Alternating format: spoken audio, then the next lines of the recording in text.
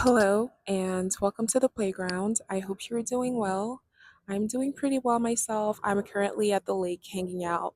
There's bugs flying around, and it's just really annoying. So I'm sorry in advance if I just start being agitated. It's also a bit loud because there are some planes flying overhead. I'm not sure if you can hear this right now. But today I wanted to talk about the topic of self help and self improvement. And I know that we live in an era where, we're just all discussing all of these grandiose ways to become the better versions of ourselves, etc. One thing that I have noticed is that you can't really work on becoming the version of yourself that you want to be until you get to learn about yourself and you get to know yourself. I remember growing up, my grandfather he would emphasize me getting my education overall. He's the reason why I want to keep going to school, probably for a really long time. I don't want to go to school so I can get degrees and work. I just want to go for the pursuit of knowledge. I feel like he did a really good job at instilling that value within me, but one thing that he would always emphasize is getting to know myself as a person, because there's no way I can do all of these things that I want to do if I don't really know myself. As the years went by, I realized he was right. I have to get to know myself, right? If you want to go somewhere, you have to remember where you're coming from, etc. I'm sure you've heard that before, all of those things. Something that has worked for me specifically has been reading certain books. I know it's different for everyone, but for me, it's hard for me to read valuable information in a book and not apply it. Like if I read it online, it's something different.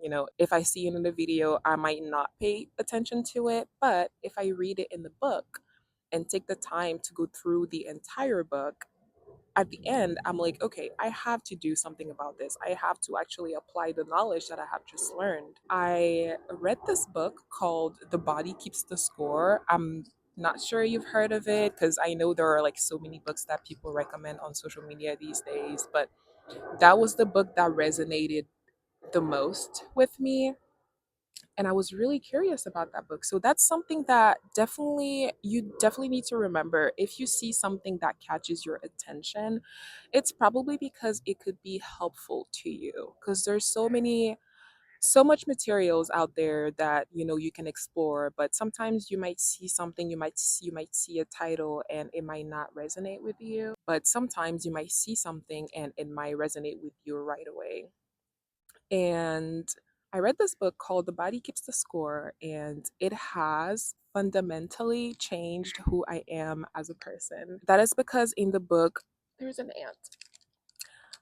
That is because in the book, they talk about being in your body and living in your body. We all have a body, we all have a mind, but I feel like a lot of the times people don't really take the time to sit with their bodies and try to feel themselves. And the book was specifically about people who experience complex PTSD. I'm not sure you've heard of it.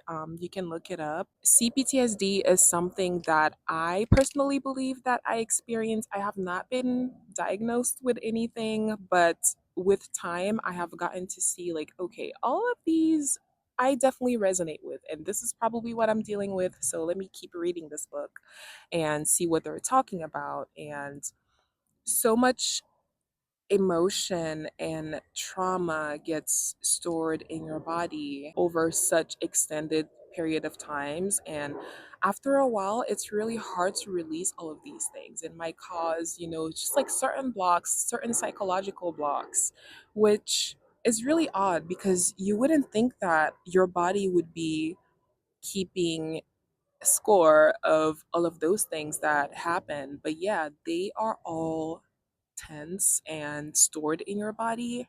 And one way that have I have learned to release that has been doing yoga, which they actually recommend in the book. And doing yoga has changed who I am. Before yoga, I don't even remember how I used to breathe. And now I feel like I'm always aware of every breath in that I take and every breath that I let out.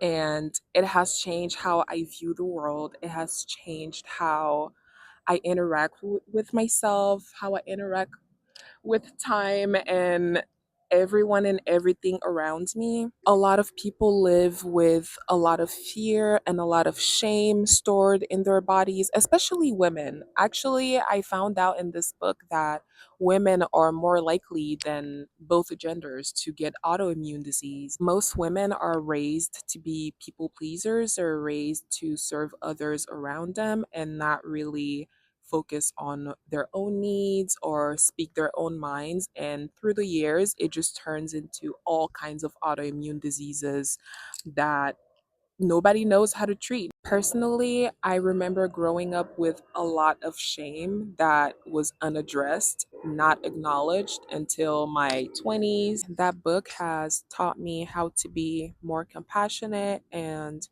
more patient with myself and with others. And it might work for you, it might not work for you, but I know that there are different things out there. There's a lot of things that you can explore to try to figure out your own specific needs. You know, it could be therapy, it could be talking to friends, it could be doing yoga like I do, but definitely get to know yourself truly and see what speaks to you the most. Try to explore those things because if they speak to you, it's probably because the message is directed towards you.